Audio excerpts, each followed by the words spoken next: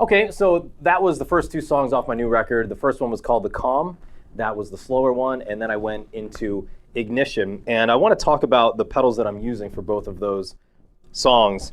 I'm using Paul Reed Smith guitars through a Fryette Ultra Lead amp, and the delays, that kind of stuff is coming from an Axe Effects. But on the floor here I have a good assortment of exotic and EWS pedals, and I am definitely an overdrive pedal kind of guy. I have a lot of them, and the thing about exotic and EWS, you know, a lot of companies make really good pedals, and of course I use multiple companies, but the thing about exotic and EWS is like everything they make is something to have in your arsenal because they're all so good at what they do.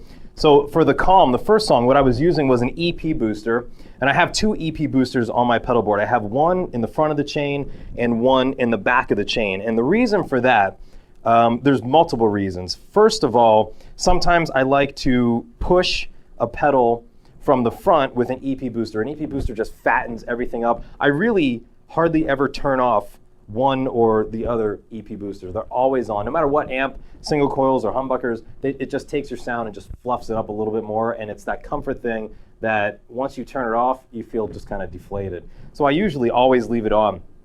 But for that song in particular, I had the EP booster on in front, and that was pushing an RC booster.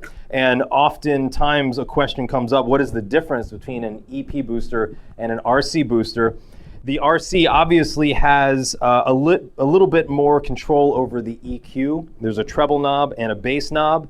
The RC booster has a gain knob as well, where the EP booster just has basically a boost knob. But inside of the EP booster, there are little dip switches that you can kind of tailor your EQ from the inside. But obviously having it on the outside and a little bit more control over the EQ on the outside is what the RC booster is all about. So what I'm using this for, I do want a tiny bit more dirt in front of my amp for that particular song. So I do have the RC booster, just, I mean, maybe 25% gain, not much, because I do have, I'm using the orange channel on my Ultra Lead. So there is, you know, a little bit of gain on there already. I just want to push it a little bit more. And so the EP fluffs it up, pushes the RC adds that little bit more gain. That's really what it is. All my pedals are pretty much set volume-wise at unity gain, which means when I step on and off of them, the casual listener really shouldn't be able to tell that I am stepping on and off of pedals. But I do push them just a hair above unity gain from what my amp is. And it just gives you that comfort level, whatever color you're looking for. So for that song, I'm using the EP into the RC, and that's it. For the second song I played, Ignition, I turn off the RC, I leave the EP on, I switch over to my lead channel, the red channel on the Ultra Lead, and I'm using the BB preamp mid-boost pedal, the custom shop BB preamp from Exotic. And this one, it's a very natural amp-like type of overdrive, and it has that mid-boost. I was playing slide in those songs, and for me, having a little bit more mid-range just kind of helps the slide cut a little bit more, and it sounds great. So I use the BB preamp mid-boost as compared to the regular BB. And then for the one faster, that kind of part, live sometimes I just need a little bit more cushion. So I actually step on the EWS Brute Drive in that case, just for that one part of that one song for that particular section.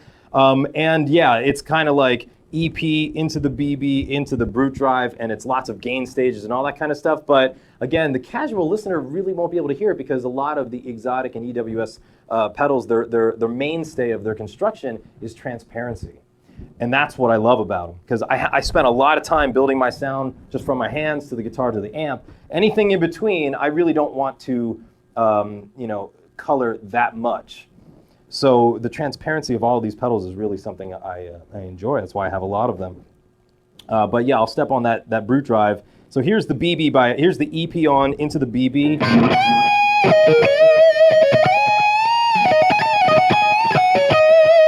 And it's great, very chewy, very comfortable saturation. But when you want just a tiny bit more, you know, I'm in particular going into the Brute Drive.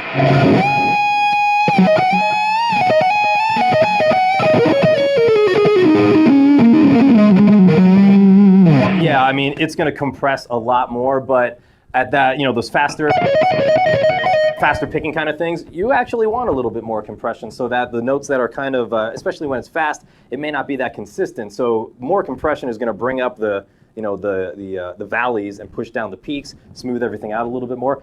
Makes sense to me. Yeah, for that song, EP booster into a BB preamp mid boost into the EWS Brute Drive.